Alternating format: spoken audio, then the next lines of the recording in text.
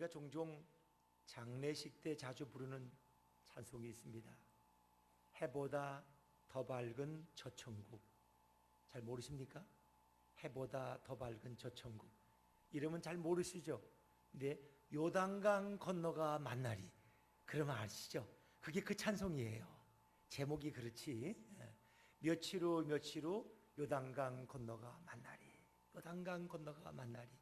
사실 우리 전통적인 기독교에서는 우리 교우들을 장례식 치를 때 이 찬송을 부릅니다.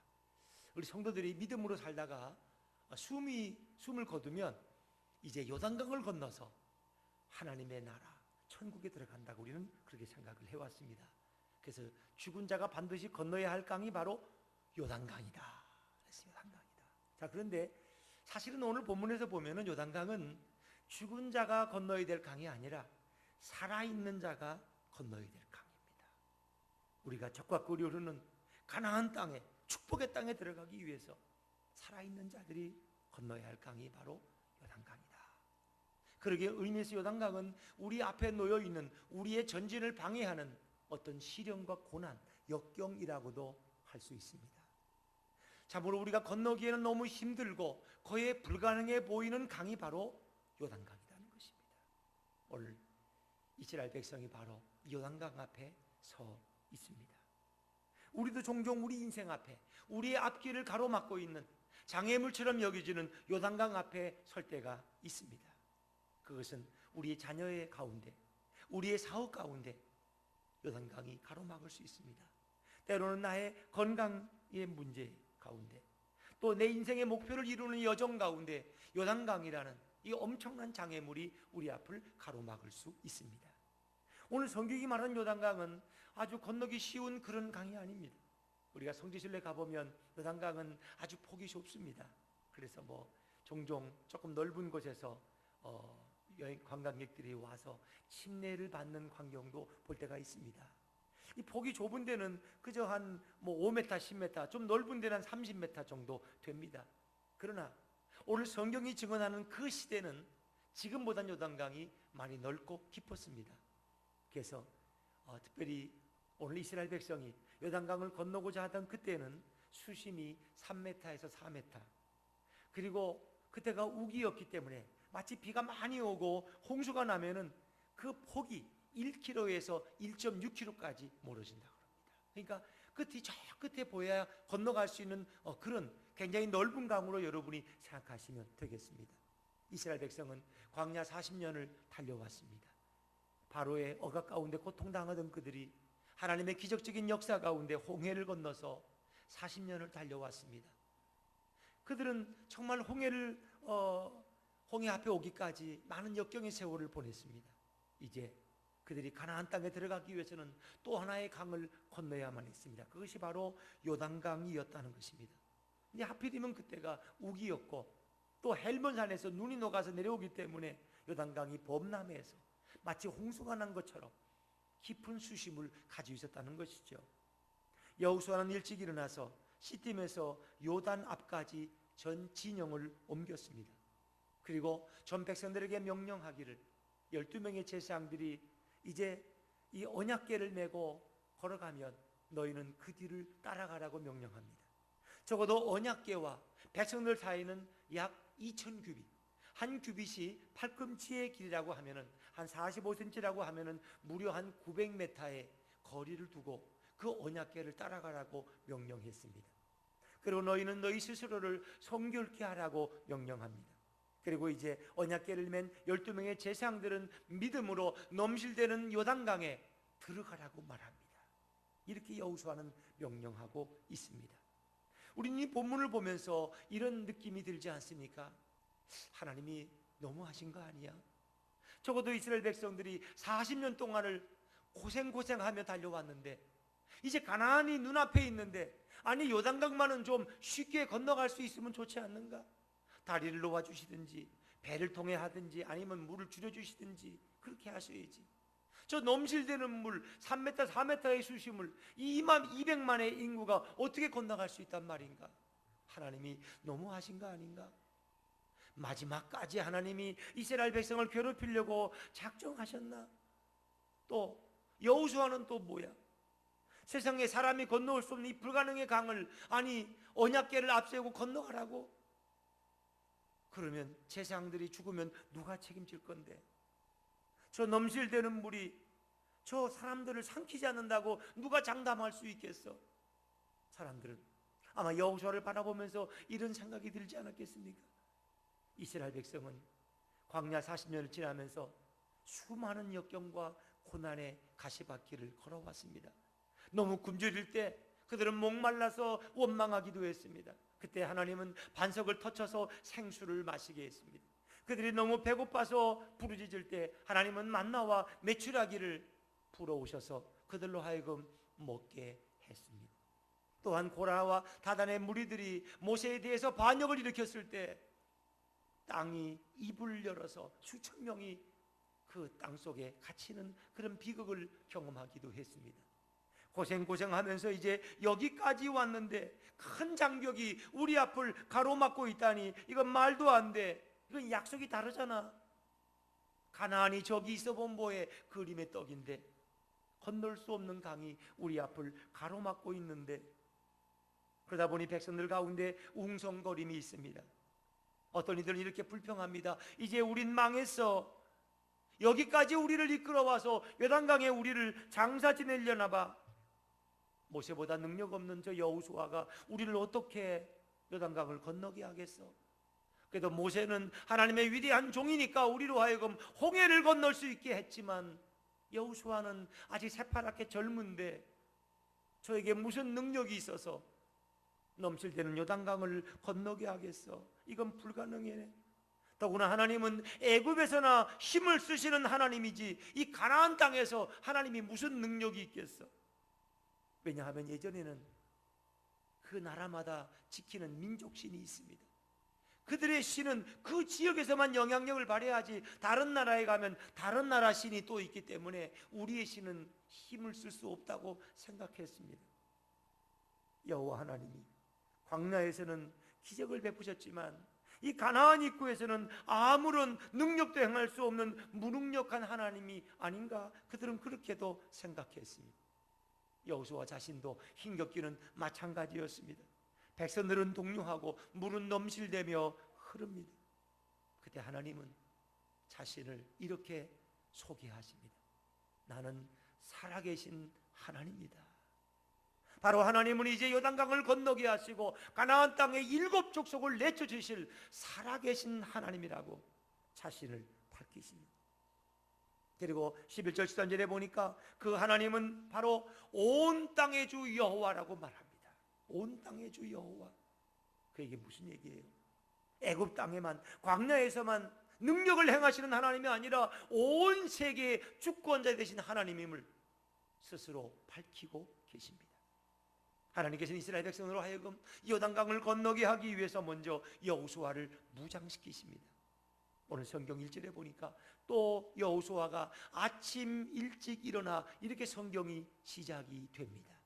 여러분, 아침 일찍 일어난다는 건 무엇을 의미합니까? 그가 아침 일찍 일어나서 조간신문을 찾았겠습니까? 아니면 우리가 늘 어른들이 예전에 그러했듯이 아침에 일어나자마자 담배 한 대 물고 신문 들고 화장실로 가기 위해서 일어났을까요? 그렇지 않았습니다.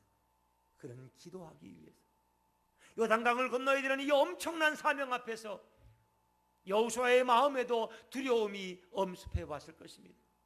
그런 하나님과 교제하는 새벽을 갖습니다. 그리고 오늘 어떻게 살아야 될지 하나님의 음성을 듣습니다.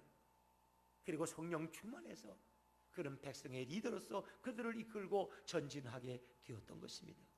여러분, 오늘 이 여호수아 3장 1절 말씀 우리 다시 한번 읽어보시겠을까요? 여호수아 3장 1절 자막에 한번 읽어보십시다. 시작. 또 여호수아가 아침에 일찍 일어나서 그와 모든 이스라엘 자손들과 더불어 시딤에서 떠나 요단에 이르러 건너가기 전에 거기서 유숙하니라. 또 여호수아가 아침에 일찍 일어나. 제가 여호수아가 일어나서 기도했다 그러면 여러분들 가운데 속으로 목사님도 참 웃겨. 기도했다는 말도 없는데 일찍 일어나면 뭐 다 기도하는지 아는가 보지? 저렇게 때려 맞추면 되는 거야. 혹시 이렇게 불신의 마음을 가지고 계신 분들이 있을지 모르겠어요. 근데 성경은 한 가지 말을 쓰더라도 그냥 쓰는 법이 없어요. 거기는 깊은 의미가 있어요. 자, 그러면 우리가 여호수아서를 조금 주의해서 보면 여호수아가 매우 중요한 일을 앞에 놓고 성경은 뭐라고 표현하느냐, 또 여호수아가 아침 일찍 일어났다고 표현합니다. 왜? 여호수아가 그렇게 일찍 일어나는 게 하나님의 관심이었을까요? 왜 성경은 그렇게 표현할까요? 그것은 바로 여호수아가 기도하기 위해서 일어났음을 의미하는 것입니다. 자, 우리 한번 자막을 같이 보시죠. 여호수아 6장 12절 말씀, 6장 12절 말씀 같이 읽습니다. 시작. 또 여호수아가 아침에 일찍 일어나니 제사장들이 여호와의 궤를 메고 행진을 계속하기 위해서 여호수아는 아침에 또 일찍 일어났어요. 이 중요한 거 아닙니까? 또 여호수아 7장 16절 말씀 이어서 보시면 시작. 이에 여호수아가 아침 일찍 일어나서 이스라엘을 그의 지파대로 가까이 나오게 하였더니 유다 지파가 뽑혔고, 12지파 가운데 한 지파를 뽑는 일 가운데 그 중요한 일을 앞에 두고 여호수아는 아침에 일찍 일어나 하나님의 음성을 듣고 기도했다는 것입니다. 여러분, 그것만 아닙니다. 여호수아 8장 10절 말씀 또 읽어볼까요? 시작. 여호수아가 아침에 일찍이 일어나 백성을 점호하고 이스라엘 장로들과 더불어 백성에 앞서 아이로 올라가매. 이거 뭐예요? 아이성을 공격하기 위해서 여호수아는 백성을 이끄는데 아침 일찍 일어났다.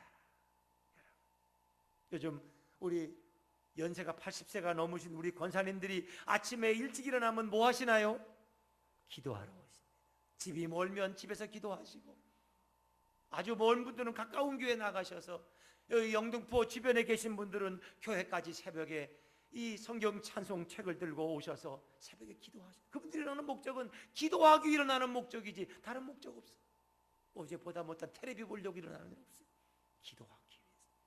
여러분, 우리는 인생의 중요한 일을 앞에 놓고 하나님과의 교제를 가져야 되고 성령 충만함을 입어야 할 줄로 믿습니다. 여러분은 기도하십니까? 옆에 분들한테 한번 졸면 깨우시면서 이렇게 물어보세요. 일찍 일어나서 기도하십니까? 시작. 일찍 일어나서 기도하십니까? 네. 기도 안 하는 분들은 스스로가 알 겁니다.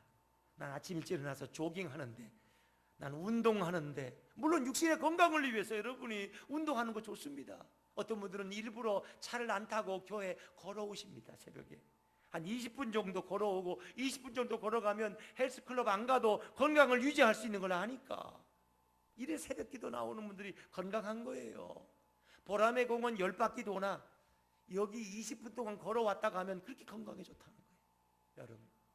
그런데 어떤 분들은 새벽 기도는 안 하고 육신의 건강을 위해서 트레이닝 있고 운동하러 나가는 것도 훌륭합니다. 주무시는 분들도 계시니까. 그러나 우리의 건강은 영적 건강이 우선되어야 할 줄로 믿습니다. 영혼이 잘된 같이 범사가 잘되고 강건하기를 내가 비노라. 영혼의 건강이 주어질 때 육신의 건강도 따라오게 되는 것입니다. 여러분, 오늘 여호수아는 하나님 앞에 일찍 일어나서 먼저 기도함으로 하나님의 음성을 듣고 성령 충만함으로 하루를 시작했습니다. 그것만 아닙니다. 이제 하나님께서 여호수아에게 말씀하시고 여호수아는 백성들에게 명령합니다. 이제 너희들은 요단강이라는 위기 앞에서 하나님께만 초점을 맞춰야 하느니라.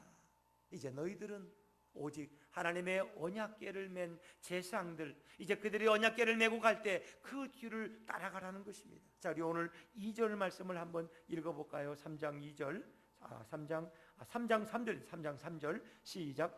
백성에게 명령하여 이르되 너희는 레위 사람 제사장들이 너희 하나님 여호와의 언약궤에 매는 것을 보거든 너희가 있는 곳을 떠나 그 뒤를 따르라. 4절.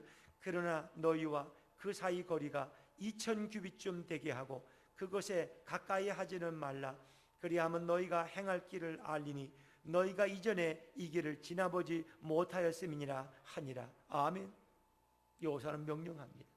레위 제사장 12명이 하나님의 언약궤를 메고 앞장서면, 여러분, 언약궤는 뭡니까? 법궤라고도 하는데 그 언약궤 속에는 모세가 시내에서 받은 십계명 돌판이 2개가 들어있습니다.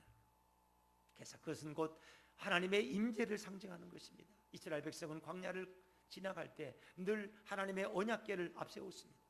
그들이 어느 곳에 머물 때는 진 가운데 하나님의 법궤를 성막 안에 보존했습니다. 하나님께서 그 백성 가운데 임재하심을 의미합니다. 또 하나님의 언약궤는 곧 우리가 하나님 말씀에 순종함으로 나아갈 것을 우리에게 가르쳐 주고 있습니다. 제사장들이 언약궤를 메고 가면 2000규빗의 거리를 두고 약 900m 뒤에서 200만의 이스라엘 백성이 우리의 눈이 그 언약궤에 초점을 맞추고 따라가라는 것입니다. 언약궤를 따르라.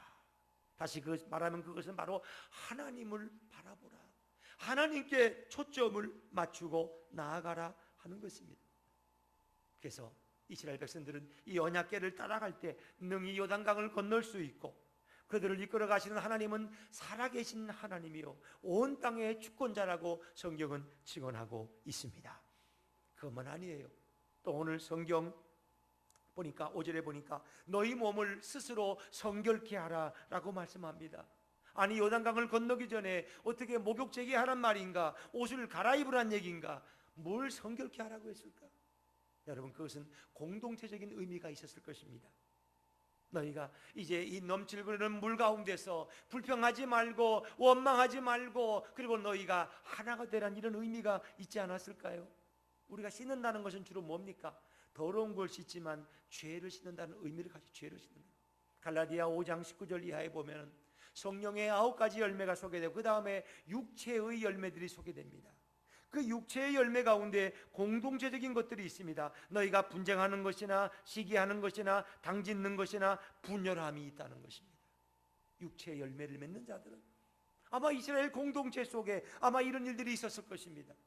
이제 너희들은 그 모든 것을 버리고 주님 안에서 하나가 되어라 하는 것입니다.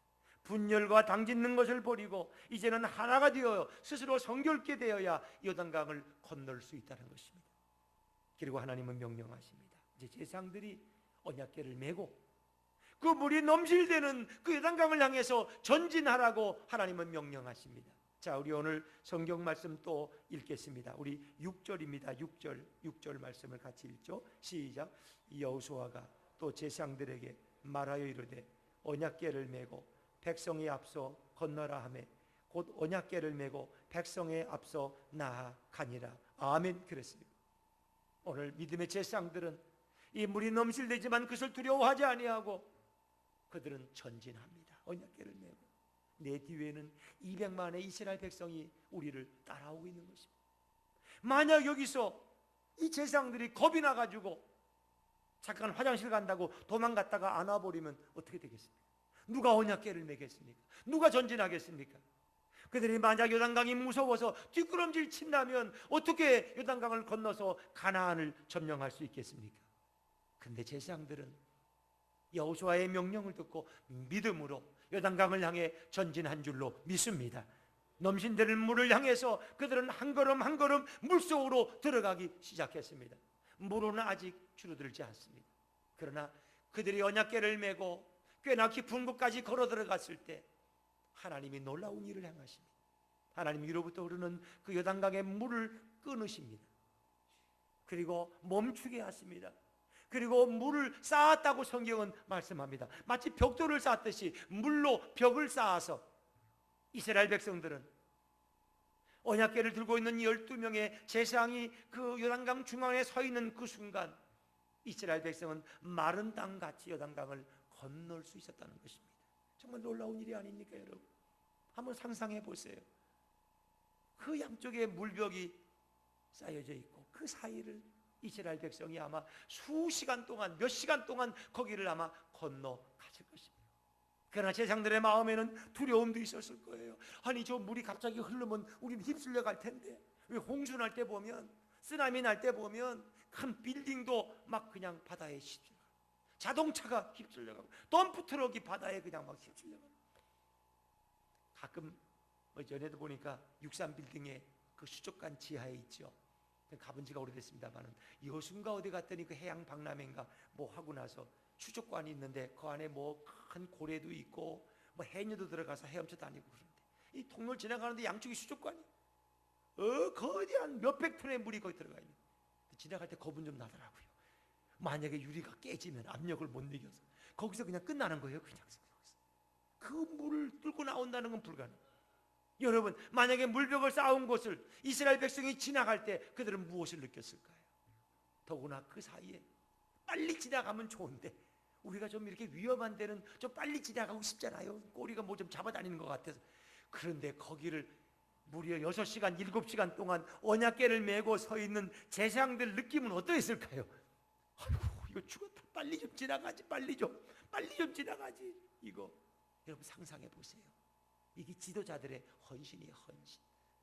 지도자들은 백성들보다 생명을 내놓고 그 자리를 수시간 동안 지키고 있는 거예요. 더구나 언약궤를 맨 것이 결코 가볍지 않았을 거예요. 지도자들의 헌신, 그런 여러 가지 과정을 통해서 하나님은 기이한 일을 보여주십니다. 여러분 상상해 보세요.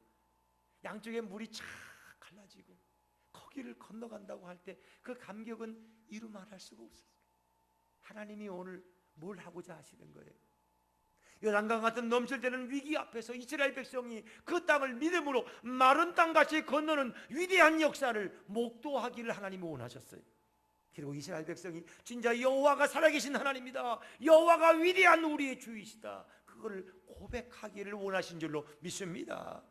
하나님은 요단강도 멈추게 하시고 마른 땅같이 건너게 하시는 위대한 우리의 주님이신 것입니다. 이스라엘 백성이 언약궤에 초점을 맞출 때, 하나님만 바라볼 때 하나님은 이 위대한 기적을 베풀어 주셨다는 것입니다. 여러분, 하나님이 우리를 처음 창조하셨을 때 우리가 하나님만 바라보기를 원하셨어요. 하나님께만 초점 맞추는 인생이 되기를 원하셨어요. 그런데 우리 인간들이 아담과 하와가 범죄하고 나서 그들은 하나님을 외면하기 시작했어요. 하나님의 음성을 듣지도 못할 뿐 아니라 그들은 세상을 바라보고 자기 자신을 의지하기 시작했어요. 그래서 인간들은 다 결국 지옥을 향해서 걸어가게 된 거예요.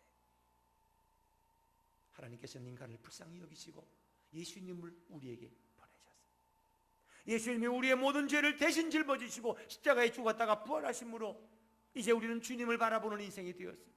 마치 뱀에 물린 인생들이 노뱀을 바라볼 때 그들이 치료받은 것처럼 우리가 이제 하나님을 바라보고 예수님을 바라봐야 돼요. 그래서 우리 예수님께서 뭐라 그랬어요? 우리가 성경에 보니까 주님 바라보라고 말씀하시죠. 히브리 12장 2절에 보니까 믿음의 지 온전케 하시는 예수를 바라보자. 히브리 3장 1절에 보니까 우리가 믿는 도리의 사도이시며 대제사장이신 예수를 깊이 생각하라고 성경은 우리에게 증언하지 않습니까? 여러분, 위기 앞에서 하나님께만 초점을 맞추시기를 주의 이름으로 축원합니다. 요단과 같은 인생의 위기 앞에서 기적은 하나님을 바라보는 자만이 경험할 수 있는 사건인 것입니다. 오늘 성경이 분명히 5절에 말씀하십니다. 너희가 스스로 성결케 하면 이제 기이한 기적을 너희가 목도하게 될 것이다. 세상을 바라보고 자기를 바라보는 자들은 이런 기적을 경험할 수 없어요. 여러분 앞에 놓여있는 파도치는 요단강을 무사히 건너기를 원하십니까? 하나님의 기적을 경험하기를 원하십니까? 하나님께만 초점을 맞추시기를 주의 이름으로 부탁드립니다. 그리고 말씀의 원리에 따라서 여러분 행진하십시오. 그리고 하나님만을 신뢰하십시오. 하나님을 믿고 믿음으로 여러분이 전진할 때 여러분 앞에 여러분을 가로막고 있는 장애물인 요단강은 보기 좋게 갈라질 줄로 믿습니다. 오늘 이스라엘 백성과 여호수아와 제사장들이 하나님의 명령에 순종해서 오직 하나님께만 초점을 맞추고 믿음으로 걸어갈 때, 말씀에 순종할 때 하나님은 너무너무 기뻐하십니다. 그래서 그들은 정말 요단강이 갈라지는 이런 기적적인 사건을 보였어요. 그 심장이 아마 펄떡펄떡 뛰어, 세상에 이런 일이 어떻게 있을 수 있나? 그것만 아니에요. 온 가나안 주변의 수많은 부족들에게 하나님은 위대하시다, 요단강을 건너게 하신 위대한 하나님을 그들에게 가르쳐 주신 것입니다. 이 사실 여호수아 2장에 보면, 3장 앞에 2장에 보면 두 명의 정탐꾼이 기생 라합의 집에 와서 거기 머물렀어요. 기생 라합이 나는 너희가 믿는 하나님을 안다. 그분은 상천하지의 신이고 홍해를 마른 땅같이 건너게 하시고 수많은 대적을 무찌르게 하신 너희의 위대한 하나님을 내가 안다고. 그리고 내가 그분의 얘기를 듣고 몸이 떨었다고 이렇게 고백하지 않습니까? 그리고 정탐꾼들을 안전하게 피신시켜 주잖아요. 그런데 이 라합의 고백에 이제 한 가지가 더 추가된 거예요. 너희가 믿는 하나님은 요단강을 가르신 하나님이시다. 주변에 가나안 부족들이 그 얘기를 듣고 하나님의 소식을 들을 때 그들은 두려워 공포에 떨었을 거예요. 감히 이스라엘 백성하고 싸울 생각조차 할 수가 없어요. 그것만 아니에요. 하나님께서는 여호수아를 크게 하심으로 그를 위대한 리더로 세우십니다. 오늘 성경 7절에 보니까 하나님께서 여호수아에게 말씀하십니다. 내가 너를 이제 모세와 같이 크게 하여 이 백성이 알게 할 것이다. 사실 백성들은 모세는 위대한 거 알지만 여호수아가 위대한 건 몰랐어. 아직 젊은 여호수아, 모세라면 모르지만 젊은 여호수아가 우리를 어떻게 요단강을 건너게 할까 믿어지지 않았어요. 그런데 여호수아의 명령에 순종했더니 요단강이 갈라지고 마른 땅까지 건너는 기적을 목도하면서 여호수아 정말 그는 위대한 우리의 지도자구나. 백성들은 여호수아를 존경하고 따르게 된 줄로 믿습니다. 그것만이 아니에요. 백성들은 이 요단강을 건너가면서 백성 중에 언약궤 가운데 임재하신 하나님을 목도하게 되었어요. 하나님이 여기 계시는구나, 하나님이 여기 우리 가운데 계시는구나, 그걸 알게 되었어요. 여러분, 오래전에 요단강 가운데만 계시던 하나님은 오늘 여러분과 저의 이 예배 가운데도 우리의 삶 가운데도 임재해 계신 줄로 믿습니다. 하나님 지금도 말씀 가운데 우리와 함께 계십니다. 그리고 4장에 보면 요단강을 건넌 뒤 기념비를 세워서 너희의 자손들이 묻거든 여호와께서 오늘 이런 위대한 일을 행하셨다고 너희 자손에게 고하여 알게 하라. 기념비를 세웠어요.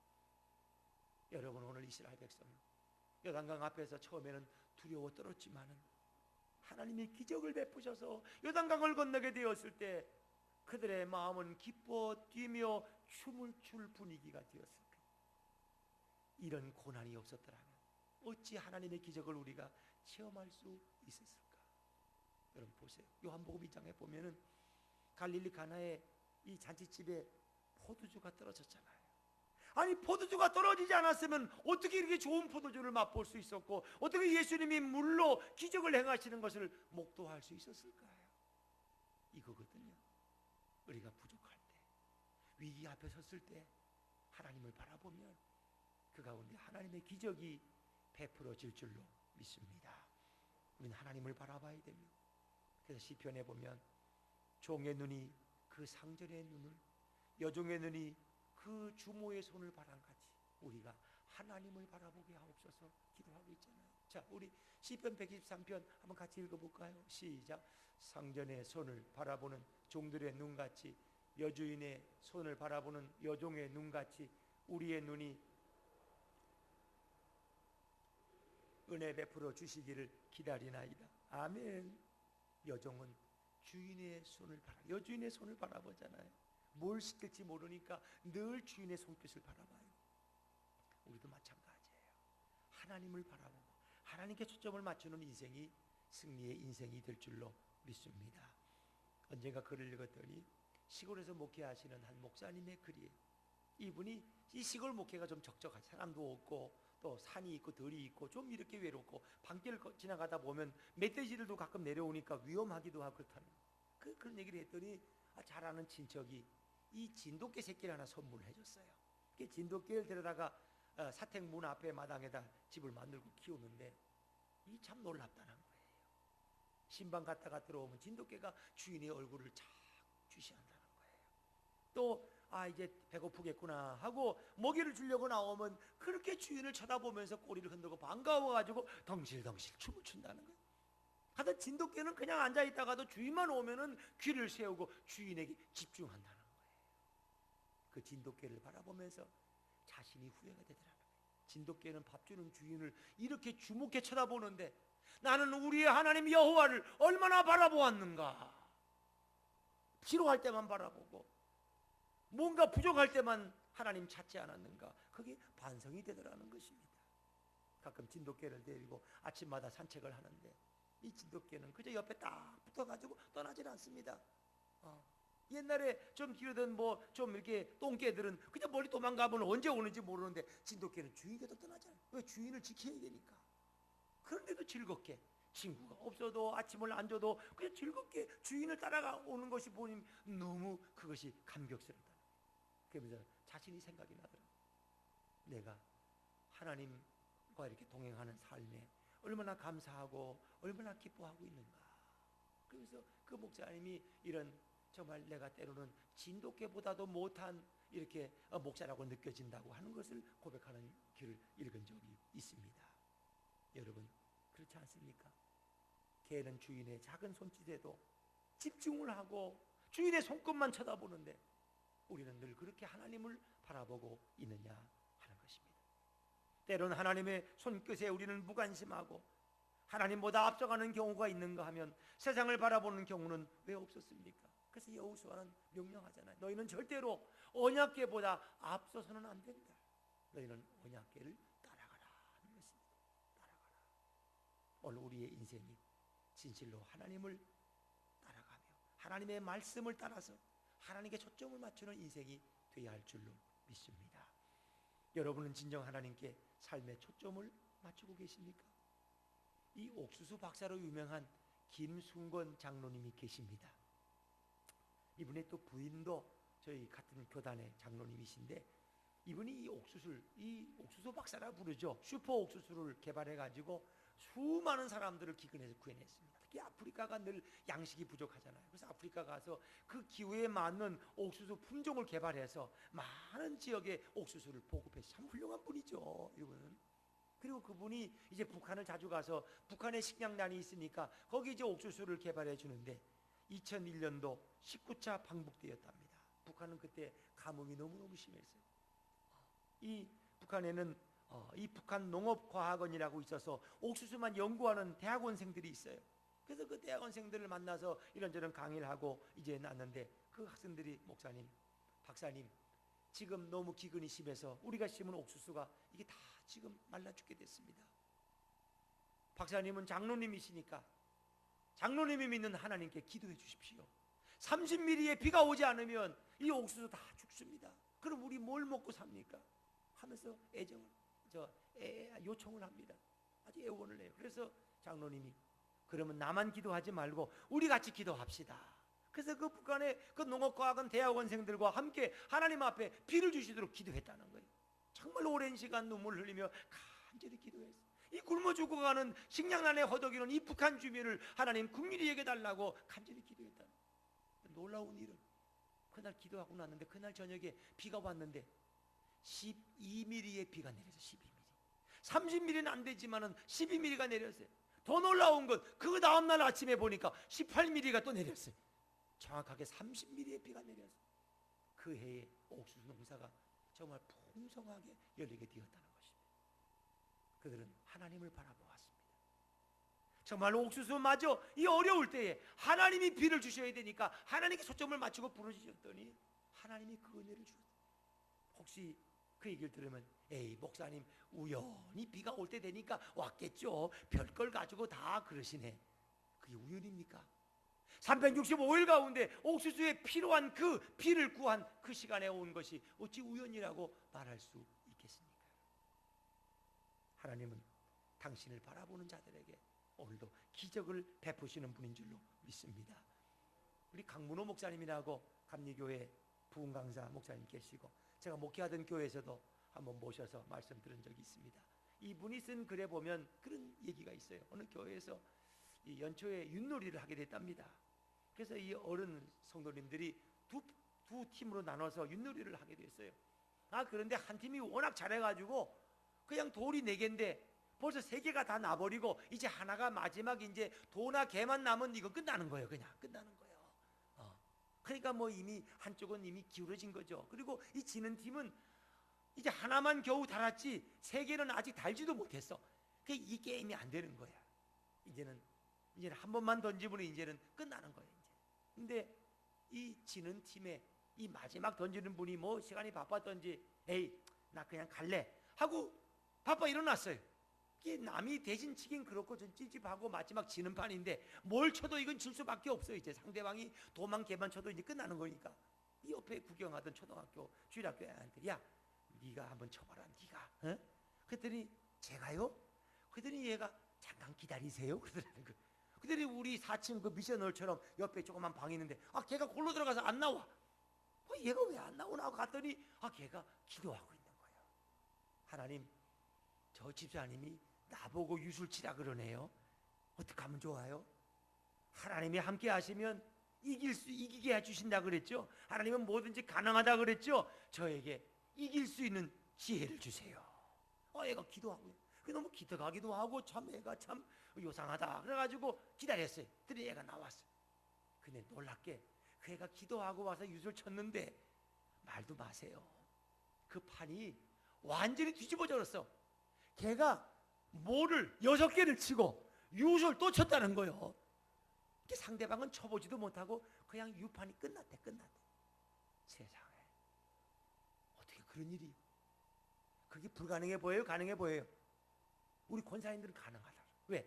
우리 정초에 늘 윷놀이 할 때 보면 어떤 권사님 잡으면 모를 4개씩 쳐. 그냥 저도 한 2개는 쳐봤다고요. 어떤 장로님들은 잡으면 보통 모가 5개요 기본으로. 판이 뒤집어져요. 근데 이 어린이가 하나님 바라보고 하나님께 초점 맞추고 기도하고 나왔더니 세상에 모를 5개를 쳤다는 거예요. 그리고 유술 한 번 더 쳤다는 거예요. 상대방은 놓아보지도 못하고 그냥 끝났대 거기서. 그냥. 자, 여러분, 하나님은 오늘도 살아계신 하나님인 줄로 믿으시기를 바랍니다. 정말 현대에도 기적이 있을까요? 우리가 기도하면 정말 기적을 목도할 수 있을까요? 여호와 하나님은 온 땅의 주권자이십니다. 그리고 하나님은 살아계신 하나님이십니다. 오늘 여러분의 인생길을 가로막고 있는 파도치는 요단강이 범람할지라도 우리가 하나님께 초점을 맞추고 그리고 하나님을 바라보며 여호와의 말씀에 순종하여 믿음으로 전진할 때 여러분도 요단강을 건너게 될 줄로 믿습니다. 우리 인생의 위기의 요단강, 파도치는 고난의 요단강을 훌륭히 건너심으로 하나님 앞에 영광 돌리고 기적을 목도하시는 저와 여러분의 삶이 되시기를 주 이름으로 축원합니다. 우리 말씀 생각하면서 함께 찬양하시겠습니다. 우리 347장 허락하신 새 땅에 들어가려면 우리 박수치며 찬양하시겠습니다.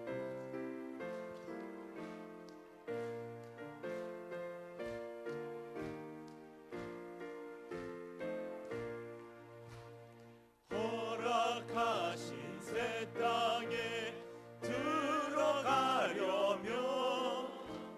맘의 준비 다하여 일서일하세. 여호수아 본받아 앞으로 가세. 우리 거할 처소는 주님 품일세. 시험 환난 당해도 낙심 말고서 맘의 걱정 버리고 힘써 일하세. 여호수아 본받아 앞으로 가세. 우리 거할 처소는 주님 품일세. 앞서가신 예수님 바라보면서 모두 마음을 합하여 힘써 일하세. 여호수아 본받아 앞으로 가세. 우리 거할 처소는 주님 품일세. 일할 것이 아직도 많이 있는데 담대하게 나가서 힘써 일하세. 여호수아 본받아 앞으로 가세. 우리 거할 처소는 주님 품일세. 우리 시간 함께 통성으로 기도하겠습니다. 하나님께 내 인생의 초점을 맞추지 못하고 세상을 바라보고